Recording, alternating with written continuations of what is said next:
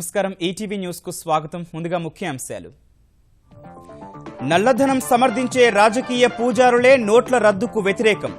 విపక్షాలపై ప్రధాని విమర్శలు. విదేశాలకు వెళ్లే యువత కోసం ప్రవాసీ కౌశల్ యోజన. ఖాతాదారులకు పాన్ కార్డు లేదా ఫారం 60 తప్పనిసరి చేసిన కేంద్రం. ఫిబ్రవరి 28 వరకు గడువు. బ్యాంకులకు కేంద్ర ప్రత్యక్ష పన్నుల బోర్డు ఆదేశం. అర్ధరాత్రి నుంచి పెట్రోల్ బంకుల్లో కార్డు లావాదేవీలు బంద్. 1% సేవా రుసుము వసూలుకు నిరసనగా యాజమాన్య సంఘాల నిర్ణయం. ఎన్నికల సంఘం వద్ద సమాజ్వాదీ పంచాయతీ. సైకిల్ గుర్తుపై రేపు ఈసీ అధికారులతో ములాయం భేటీ. అఖిలేష్ సమర్పించిన పత్రాలపై అనుమానాలు. అమరావతి నిర్మాణంలో భాగస్వామ్యానికి శ్రీలంక ఆసక్తి. చంద్రబాబుతో మెగా పోలీస్ మంత్రి చర్చలు. లంక పశ్చిమ ప్రాంత అభివృద్ధిపై సీఎం ఆరా. తెలుగు రాష్ట్రాల్లో వెల్లివిరిసిన ముక్కోటి ఏకాదశి శోభ. భక్తజన సంద్రంగా మారిన తిరుమల. భద్రాద్రిలో ఘనంగా స్వామివారి హంసవాహన సేవ.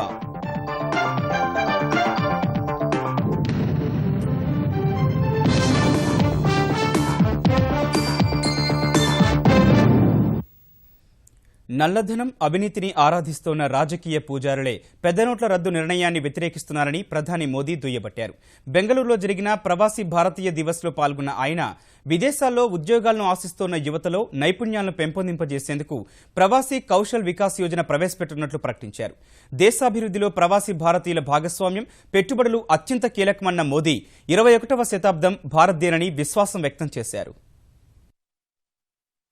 పెద్ద నోట్ల రద్దు నిర్ణయాన్ని వ్యతిరేకిస్తున్న విపక్షాలపై ప్రధాని నరేంద్ర మోదీ మరోసారి మండిపడ్డారు. బెంగళూరులో 14వ ప్రవాసీ భారతీయ దివస్లో పాల్గొన్న మోదీ దేశాభివృద్ధిలో ప్రవాస భారతీయులు అమూల్యమైన పాత్ర పోషిస్తున్నారన్నారు. 21వ శతాబ్దం భారత్దేనని విశ్వాసం వ్యక్తం చేశారు. దేశంలో విదేశీ పెట్టుబడులకు అనుకూల వాతావరణం కల్పించినట్లు వెల్లడించారు. ఏటా $69 బిలియన్ భారత ఆర్థిక వ్యవస్థకు ప్రవాస భారతీయులు అందిస్తున్నారన్నారు. అవినీతి, నల్లధనంపై అతిపెద్ద యుద్ధాన్ని ప్రారంభించామని పునరుద్ఘాటించారు.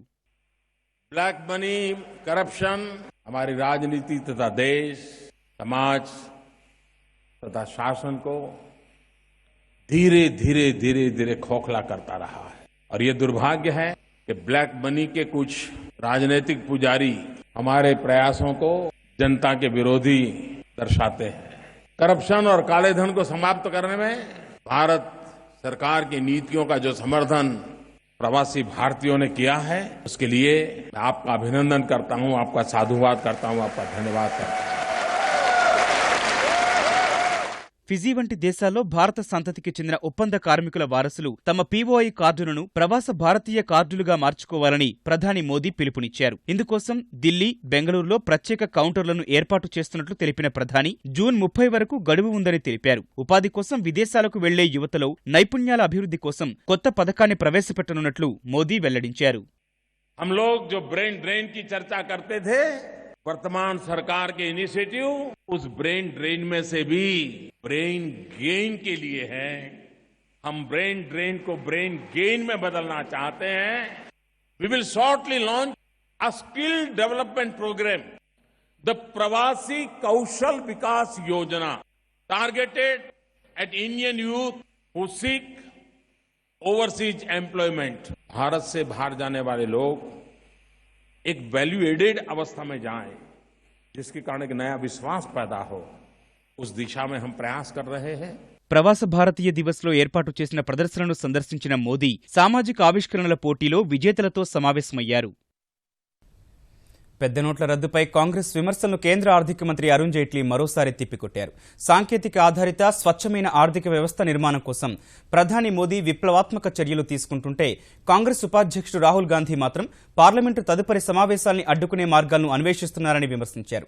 పెద్ద నోట్ల రద్దు నిర్ణయం ప్రకటించిన తర్వాత పరిణామాల్ని ప్రస్తావిస్తూ ఫేస్బుక్లో సుదీర్ఘ వ్యాసం రాసిన ఆయన నోట్ల రద్దు విషయంలో ప్రధానికి ఆయన ప్రత్యర్థులకు మధ్య స్పష్టమైన తేడా కనిపిస్తోందన్నారు. ఆర్థిక వ్యవస్థను స్వచ్ఛంగా మార్చడం సహా రాజకీయ వ్యవస్థ ప్రక్షాళనపై మోదీ ఆలోచిస్తుంటే విపక్షాలు మాత్రం నగదు ఆధారిత వ్యవస్థే కొనసాగాలని కోరుకుంటున్నాయని విమర్శించారు. పెద్ద నోట్ల రద్దుతో ఆర్థిక వ్యవస్థ దెబ్బతింటుందన్న విపక్షాల వాదన అసత్యమని తేలిందన్నారు. నోట్ల రద్దు తర్వాత ఏర్పడ్డ ఇబ్బందులన్నీ తొలగిపోయాయన్న జైట్లీ బ్యాంకుల్లో డిపాజిట్ చేసినంత మాత్రాన నల్లధనం తెల్లగా మారబోదన్నారు. పెద్ద నోట్ల రద్దు ద్వారా నల్లధనంపై యుద్ధానికి దిగిన కేంద్రం పన్ను ఎగవేతదారుల భరతం పట్టే చర్యలను ముమ్మరం చేసింది. ప్రతి బ్యాంకు ఖాతా ద్వారా జరిగే లావాదేవీలపై పటిష్ట నిఘా ఉండేలా చూడటమే లక్ష్యంగా కీలక చర్యలకు ఉపక్రమించింది. ప్రతి బ్యాంకు ఖాతాను పాన్ కార్డుతో అనుసంధానం చేయడాన్ని తప్పనిసరి చేసింది. ఇందుకోసం ఫిబ్రవరి 28 వరకు గడువిచ్చిన కేంద్రం పాన్ కార్డు లేని వారు ఫామ్ 60ని సమర్పించాలని సూచించింది. ఖాతా తెరిచిన సమయంలో పాన్ కార్డు వివరాలు లేదా ఫామ్ 60ని సమర్పించని వారు వచ్చే నెలాఖరులోగా సమర్పించేలా చూడాలని అన్ని బ్యాంకులు, సహకార బ్యాంకులు, తపాలా కార్యాలయాలకు ప్రత్యక్ష పన్నుల కేంద్ర బోర్డు CBDT ఆదేశాలు జారీ చేసింది. అయితే జనధన్ వంటి ప్రాథమిక పొదుపు ఖాతాలకు ఈ నిబంధన వర్తించదని స్పష్టం చేసింది. మరోవైపు పెద్ద నోట్ల రద్దు తర్వాత బ్యాంకు ఖాతాల ద్వారా జరిపిన లావాదేవీలను ఇప్పటికే విశ్లేషిస్తోన్న ఆదాయ పన్ను శాఖ అంతకుముందు జరిపిన లావాదేవీలపైన దృష్టి పెట్టింది. పొదుపు ఖాతాల్లో గతేడాది ఏప్రిల్ 1 నుంచి నవంబర్ 9 మధ్య చేసిన డిపాజిట్ల వివరాలు అందించాలని బ్యాంకులను కోరింది. పెద్ద నోట్ల రద్దుకు ముందు, తర్వాత లావాదేవీల్లో వ్యత్యాసం ఉంటే గుర్తించి ఆయా ఖాతాదారులపై ఐటీ శాఖ చర్యలు తీసుకునే అవకాశం ఉంది. క్రెడిట్, డెబిట్ కార్డుల లావాదేవీలపై 1% సేవా పన్ను వసూలు నిరసిస్తూ దేశవ్యాప్తంగా పెట్రోల్ బంకుల యాజమాన్యాలు సంచలన నిర్ణయం తీసుకున్నాయి. ఈ అర్ధరాత్రి నుంచి క్రెడిట్, డెబిట్ కార్డులకు పెట్రోలు, డీజిల్ విక్రయాలు చేపట్టబోమని ప్రకటించాయి. కార్డుల చెల్లింపులపై అదనపు ఛార్జీలను డీలర్ల నుంచి వసూలు చేయాలనే నిర్ణయానికి నిరసనగా ఈ నిర్ణయం తీసుకున్నట్లు ఇండియన్ పెట్రోలియం డీలర్స్ సంఘం సంయుక్త కార్యదర్శి అమరం రాజీవ్ తెలిపారు. డీజిల్పై 2.5%, పెట్రోల్పై 3.2% చొప్పున డీలర్లకు కమిషన్ వస్తుందని, అందులో నుంచి అదనపు ఛార్జీలు వసూలు చేయాలని నిర్ణయించడం సరికాదన్నారు. బంకుల్లో దాదాపు 80% లావాదేవీలు కార్డుల ద్వారానే జరుగుతున్నాయని, వాటి నుంచి అదనపు ఛార్జీలు డీలర్ల వద్దే వసూలు చేస్తామంటే ఎలా అని ఆయన ప్రశ్నించారు. ఆంధ్రప్రదేశ్ రాజధాని అమరావతి అభివృద్ధిలో భాగస్వామిగా చేరేందుకు శ్రీలంక ఆసక్తి కనబరిచింది. శ్రీలంక అధ్యక్షుడు మైత్రిపాల సిరిసేన జన్మదిన వేడుకల సందర్భంగా ఏర్పాటు చేసిన సదస్సులో పాల్గొనేందుకు కొలంబో వెళ్లిన చంద్రబాబు అక్కడ వివిధ ప్రాంతాల అభివృద్ధి నమూనాలను పరిశీలించారు. ముఖ్యమంత్రి చంద్రబాబు బృందంతో సమావేశమైన శ్రీలంక మెగాపోలిస్ పశ్చిమ ప్రాంత అభివృద్ధి మంత్రి పటలీ చంపిక రణవాక నది, సెలయేరు, సముద్రం 3 కలిసిన పశ్చిమ ప్రాంతాన్ని ఆకర్షణీయంగా అభివృద్ధి చేస్తున్నట్టు తెలిపారు. స్మార్ట్ సిటీ అభివృద్ధిపై అధికంగా దృష్టి పెట్టామని, వివిధ ప్రభుత్వ సేవల్లో ఎలక్ట్రానిక్ పాలన అమలు చేస్తున్నట్టు చెప్పారు.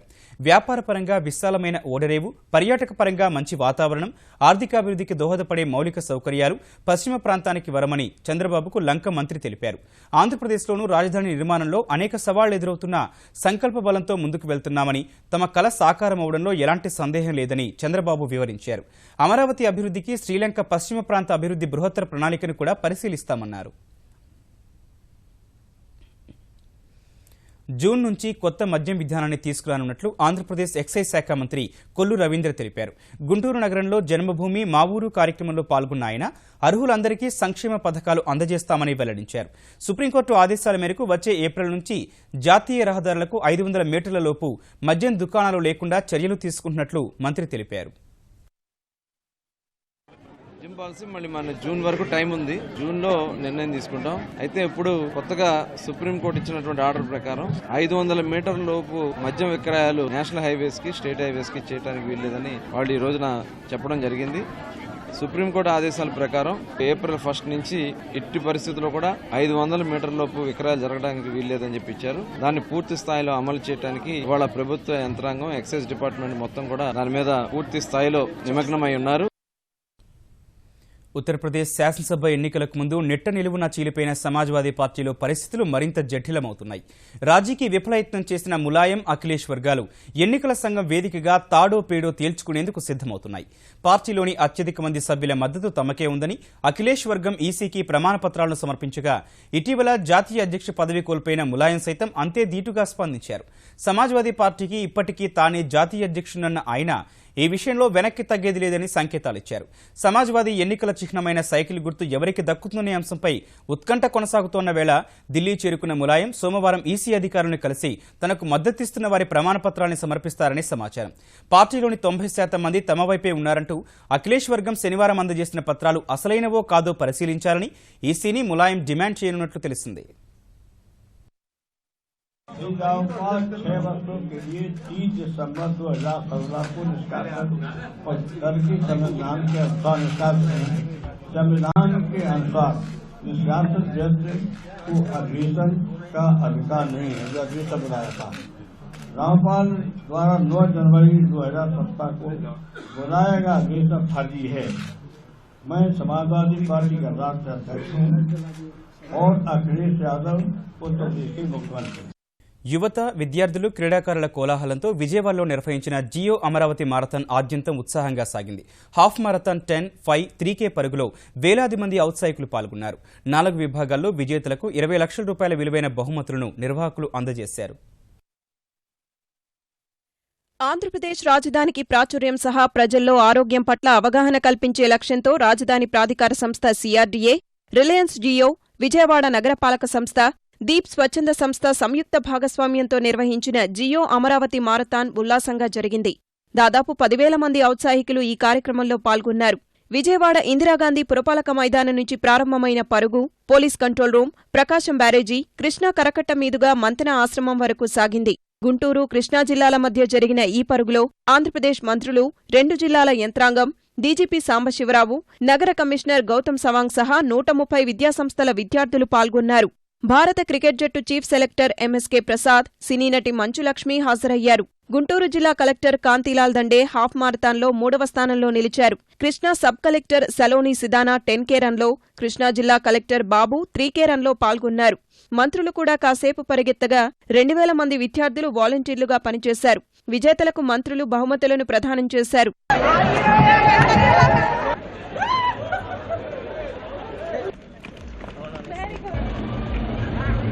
మన అమరావతి కోసం ఈరోజు మనం పరిగెత్తాం. మన ఆరోగ్యం కోసం మనం ఈరోజు పరిగెత్తాం. సమాజంలో ప్రతి ఒక్కరిని కూడా చైతన్యం తీసుకురావడానికి మనం పరిగెత్తాం. చాలా ఎంతూజియాస్టిక్ గా ఉంది. మేము జియో తరఫు నుంచి ఇంత ప్రెస్టీజియస్ ఈవెంట్ లో పార్టిసిపేట్ చేస్తూ అండ్ మాకు ఈ యొక్క అవకాశం లభించినందుకు we're very happy to get associated. Marathon పూర్తయ్యాక యువత ఇందిరాగాంధీ స్టేడియాన్ని తమ నృత్యాలతో ఉర్రూతలూగించింది.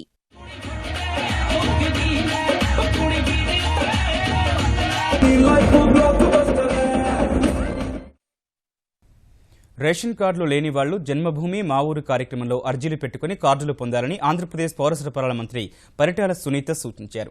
విశాఖపట్నంలో చంద్రన్న సంక్రాంతి కానుకల పంపిణీని పరిశీలించిన మంత్రి ఎవరికైనా నాణ్యమైన సరుకులు రాకుంటే చౌకధరల దుకాణంలో తిరిగిచ్చి మంచిది పొందొచ్చని తెలిపారు.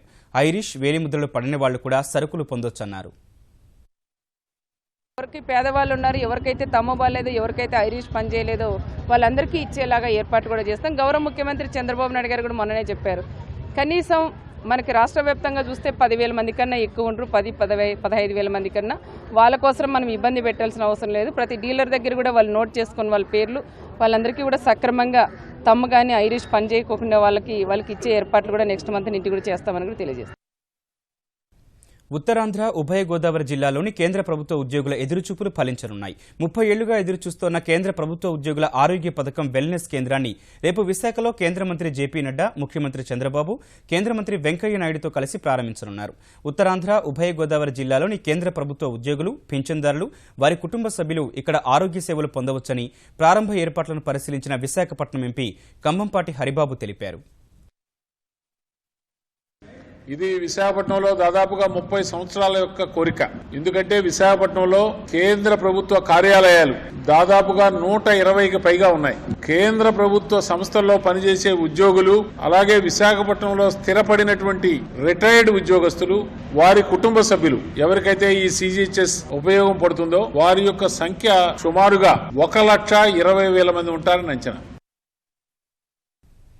ఆంధ్రప్రదేశ్లో జాతీయ విపత్తుల నివారణ బృందం NDRF కార్యాలయ నిర్మాణానికి రేపు కేంద్ర హోంమంత్రి రాజ్నాథ్ సింగ్ శంకుస్థాపన చేయనున్నారు.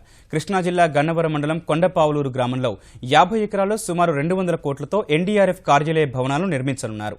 కేంద్ర మంత్రి వెంకయ్య నాయుడు, ముఖ్యమంత్రి చంద్రబాబు, ఇతర ప్రముఖులు ఈ కార్యక్రమంలో పాల్గొంటారు. రేపు మధ్యాహ్నం 2 గంటల సమయంలో రాజ్నాథ్ సింగ్ కొండపావులూరు చేరుకుని శంకుస్థాపనలో పాల్గొంటారు. అనంతరం NDRF ఏర్పాటు చేసిన ఫోటో గ్యాలరీని పరిశీలిస్తారు. ఎన్నికల్లో ఇచ్చిన హామీలను నెరవేర్చకుండా ముఖ్యమంత్రి చంద్రబాబు అన్ని వర్గాలను మోసం చేశారని ఆంధ్రప్రదేశ్ ప్రతిపక్ష నేత వైఎస్ జగన్ ఆరోపించారు. రైతు భరోసా యాత్రలో భాగంగా కర్నూలు జిల్లా బండి ఆత్మకూరులో పర్యటించిన జగన్ ఆంధ్రప్రదేశ్ ప్రభుత్వ విధానాలపై మండిపడ్డారు. రైతులను మోసం చేశాడు, డ్వాక్రా అక్క చెల్లెమ్మలను మోసం చేశాడు, చదువుకున్న పిల్లలను మోసం చేశాడు. రైతులందరూ అవస్థలు పడతా ఉంటే, గ్రామీణ ప్రాంతం అంతా కూడా అగసాట్లు పడతా ఉంటే, చంద్రబాబు నాయుడు గారు మాత్రం GDP గ్రోత్ రేటు, రాష్ట్రం గ్రోత్ రేటు విపరీతంగా పరిగెత్తా ఉంది. దేశంలోనే ఎక్కువగా పరిగెత్తా ఉన్నాము అని చెప్పి చంద్రబాబు డాక్టర్. ప్రతి ఒక్కరూ వాళ్ల కాళ్ల మీద వాళ్ళు నిలబడేలా చేయాలన్న వివేకానందుడి స్ఫూర్తితో స్వర్ణ భారత్ ట్రస్ట్ పనిచేస్తుందని కేంద్ర పట్టణాభివృద్ధి మంత్రి వెంకయ్య నాయుడు తెలిపారు. కృష్ణా జిల్లా ఉంగుటూరు మండలం పరిధిలోని ఆత్కూరులో ఏర్పాటు చేసిన స్వర్ణ భారతి ట్రస్ట్ ఏడాది పూర్తి చేసుకున్న తరుణంలో జరిగిన ఈ వేడుకల్లో సుప్రీంకోర్టు న్యాయమూర్తి జస్టిస్ చలమేశ్వర్తో కలిసి ఆయన పాల్గొన్నారు. జస్టిస్ చలమేశ్వర్తో కలిసి ట్రస్ట్ ఆవరణలో స్వామి వివేకానందుడి విగ్రహాన్ని వెంకయ్య నాయుడు ఆవిష్కరించారు. ముప్పవరపు ఫౌండేషన్ విజ్ఞాన కేంద్రాన్ని ప్రారంభించారు. ఈ కార్యక్రమంలో వెంకయ్య కుమార్తె దీపా వెంకట్, రజనీకాంత్ కుమార్తె ఐశ్వర్య ధనుష్ సహా మరికొందరు ప్రముఖులు పాల్గొన్నారు.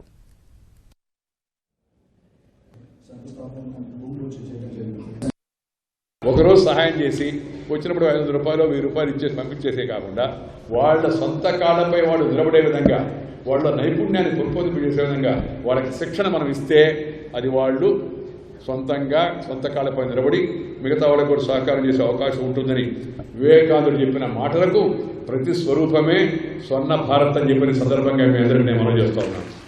ఈ రాష్ట్రం కొత్తగా ఏర్పడే ఈ రాష్ట్రం కనీసం మనం చూస్తుండగా ఎంతో కొంత ఏది ఒక రోజు జరగదు. ఇప్పుడైతే మనం పడవలసిన శ్రమ, మన పాత్ర చారిత్రాత్మకమని ఈ ఘట్టంలో మనం చేయగలిగిన సర్వీస్ పూర్తిగా ఈ రాష్ట్రానికి, ఈ ప్రజలకి చేయాలి. వైకుంఠ ఏకాదశిని పురస్కరించుకుని తెలుగు రాష్ట్రాల్లోని వైష్ణవ ఆలయాలు హరినామస్మరణతో మార్మోగాయి. వేకువజాము నుంచే వేలాది మంది భక్తులు ఆ నారాయణ్ణి ఉత్తర ద్వారం ద్వారా దర్శించుకునేందుకు ఆలయాలకు పోటెత్తారు. తిరుమల అలిపిరి పాదాల మండపం వద్ద శ్రీ వెంకటేశ్వర స్వామి ఆలయంలో వైకుంఠ ద్వార దర్శనం ఏర్పాటు చేశారు. ద్వారకా తిరుమల, వాడపల్లి వెంకన్న ఆలయం, అన్నవరం స్వామివారిని, అంతర్వేది శ్రీ లక్ష్మీ నరసింహస్వామి భక్తులు దర్శించుకున్నారు. ప్రకాశం జిల్లా మార్కాపురంలో చెన్నకేశవ స్వామి ఆలయం, మంగళగిరి శ్రీ లక్ష్మీ నరసింహస్వామి ఆలయంలో ముక్కోటి ఏకాదశి పూజలు జరిగాయి. హైదరాబాద్లోని ప్రధాన ఆలయాల్లో ప్రత్యేక పూజలు నిర్వహించారు. చిలుకూరి బాలాజీ ఆలయం భక్తులతో కిక్కిరిసింది. పరకాలలో 500 ఏళ్ల చరిత్ర కలిగిన చెన్నకేశవ స్వామి ఆలయంలో 120 సంవత్సరాల నుంచి ఏకధాటిగా వెలుగుతున్న అఖండ దీపం ప్రత్యేక ఆకర్షణగా నిలిచింది. నిజామాబాద్ జిల్లా బోధన్లో లక్ష్మీనారాయణ హోమం చేపట్టారు. నిర్మల్లోని లక్ష్మీ వెంకటేశ్వర స్వామి ఆలయంలో ఉత్సవ మూర్తులను ఊరేగించగా జగిత్యాల అష్టలక్ష్మి దేవాలయంలో భక్తులు ఉత్తర ద్వార దర్శనం చేసుకున్నారు. భద్రాద్రిలో స్వామివారికి ఘనంగా తెప్పోత్సవం నిర్వహించారు.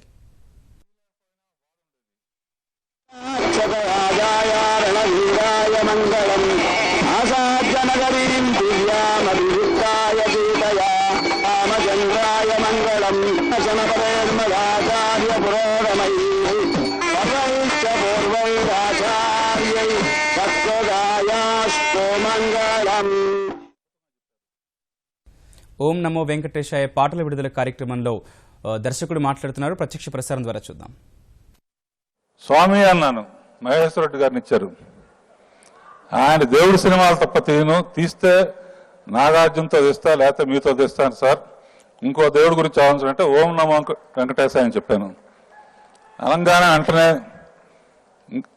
కథ కూడా వినకుండా మీరు ఏమనుకుంటే తీయండి, అద్భుతమైన చరిత్ర సృష్టిస్తారు మీ ఇద్దరు కాంబినేషన్లో, అందులో కీరవాణి గారు ఉంటారా అని అడిగాడు. కీరవాణి లేకుండా నేను ఎందుకు తెస్తానండి అన్నాను.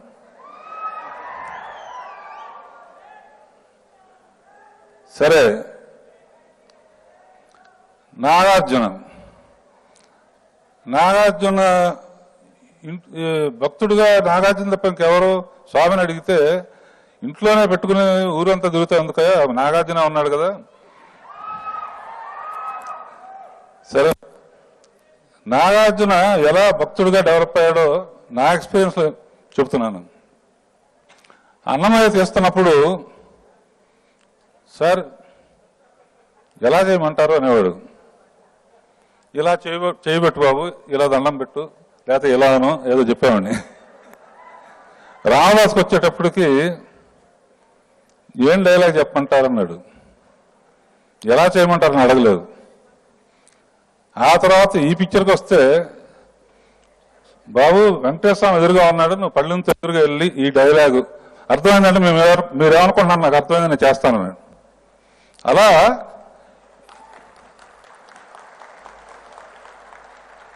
ఇది ఎందుకు చెప్తున్నానంటే మహాత్మా గాంధీ జాతీయ గ్రామీణ ఉపాధి కల్పన పథకం కింద 100 రోజుల పని కోరుకునే పట్టణ ప్రాంతాల వారికి ఏప్రిల్ 1 నుంచి ఆధార్ తప్పనిసరి కానుంది. ఈ పథకం కింద నమోదు చేసుకోవాలనుకునే వారు మార్చి 31 వరకు ఆధార్ నెంబర్ను సమర్పించి నమోదు చేసుకోవచ్చని సంబంధిత ఉన్నతాధికారి వెల్లడించారు. ఒకవేళ ఆధార్ లేకపోతే రేషన్ కార్డు, ఓటరు గుర్తింపు కార్డు తదితరాలతో పాటు ఉపాధి కల్పన పథకం కింద జారీ చేసిన జాబ్ కార్డు, తహసీల్దార్ జారీ చేసిన సంబంధిత పత్రం ద్వారా ఆధార్ పొందే వరకు లబ్ధి పొందవచ్చని సూచించారు. కొత్తగా ఆధార్ కార్డు కోసం నమోదు చేసుకున్న వారు సంబంధిత పత్రాన్ని అధికారులకు చూపించవచ్చు. జమ్మూ కాశ్మీర్ సహా కొన్ని రాష్ట్రాల్లో కేంద్రం ఆధార్ నమోదు ప్రక్రియను తప్పనిసరి చేసినందున ప్రజలు ఎలాంటి ఇబ్బందులు పడకుండా ఆధార్ పొందేందుకు తగిన చర్యలు తీసుకున్నట్లు ఆ అధికారి వెల్లడించారు. భారత్లో తయారీ యూనిట్ ఏర్పాటు చేయాలని భావిస్తున్న టెక్ దిగ్గజం యాపిల్ తమ కార్యాచరణ ముమ్మరం చేసింది. భారత్లో తయారీ కేంద్రం ఏర్పాటుకు అనేక మినహాయింపులు కోరుతున్న యాపిల్ వాటిపై ఈ నెల 25న కేంద్రంతో చర్చించనుంది. 25న కేంద్ర ఆర్థిక, వాణిజ్య, ఐటీ, అటవీ, రెవెన్యూ శాఖ అధికారులతో సమావేశం కానున్న యాపిల్ ప్రతినిధి బృందం తమ డిమాండ్లను మరోసారి ప్రస్తావించనుంది. భారత్లో ఎలక్ట్రానిక్ పరిశ్రమ అభివృద్ధి చర్యల్లో భాగంగా తయారీ కేంద్రాల ఏర్పాటుకు ముందుకొచ్చిన చైనా సహా వివిధ దేశాల కంపెనీలకు సవరించిన ప్రత్యేక ప్రోత్సాహ ప్యాకేజీ కింద కేంద్ర ప్రభుత్వం తోడ్పాటు అందజేస్తోంది. ఈ పథకంలో భాగంగా ఆర్థిక ప్రోత్సాహకాలు, ప్రత్యేక ఆర్థిక మండళ్లలో రాయితీలను అందజేస్తోంది. వాటికి భిన్నంగా యాపిల్ పన్ను మినహాయింపు ప్రతిపాదనలు చేయగా ప్రభుత్వం తిరస్కరించింది. ఈ నేపథ్యంలో ఈ నెల 25న జరగనున్న సమావేశం ప్రాధాన్యత సంతరించుకుంది. గౌతమిపుత్ర శాతకర్ణి చిత్రం పతాకావిష్కరణ కార్యక్రమం తెలుగు రాష్ట్రాల్లోని 100 థియేటర్లో ఘనంగా జరిగింది. విశాఖ జ్యోతి థియేటర్లో జరిగిన కార్యక్రమంలో కథానాయకుడు బాలకృష్ణ స్వయంగా పాల్గొన్నారు. భారీగా తరలివచ్చిన అభిమానుల కోలాహల మధ్య తన 100వ చిత్రం పతాకావిష్కరణ చేశారు. అభిమానుల ప్రోత్సాహం వల్లే తన నట జీవితంలో ఎన్నో విభిన్నమైన పాత్రలు పోషించగలిగానని బాలకృష్ణ తెలిపారు.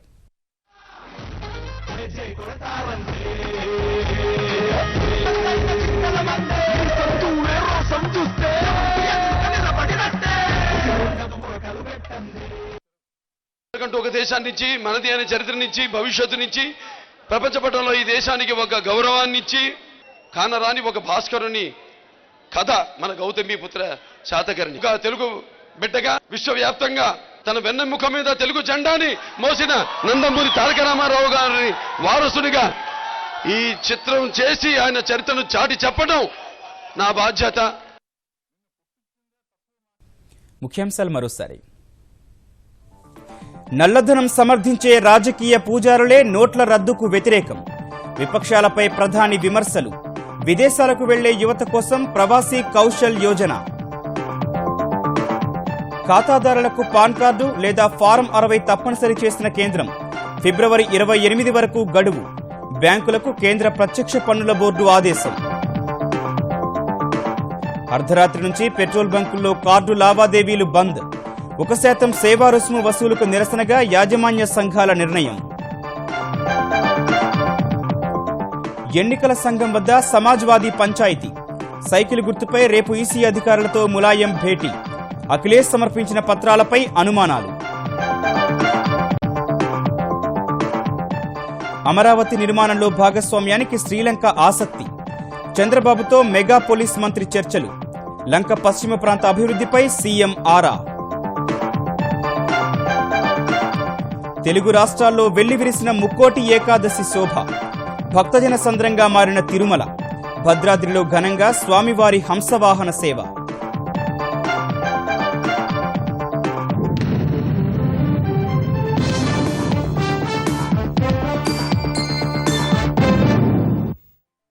ఈటీవీ న్యూస్ సమాప్తం. నమస్కారం.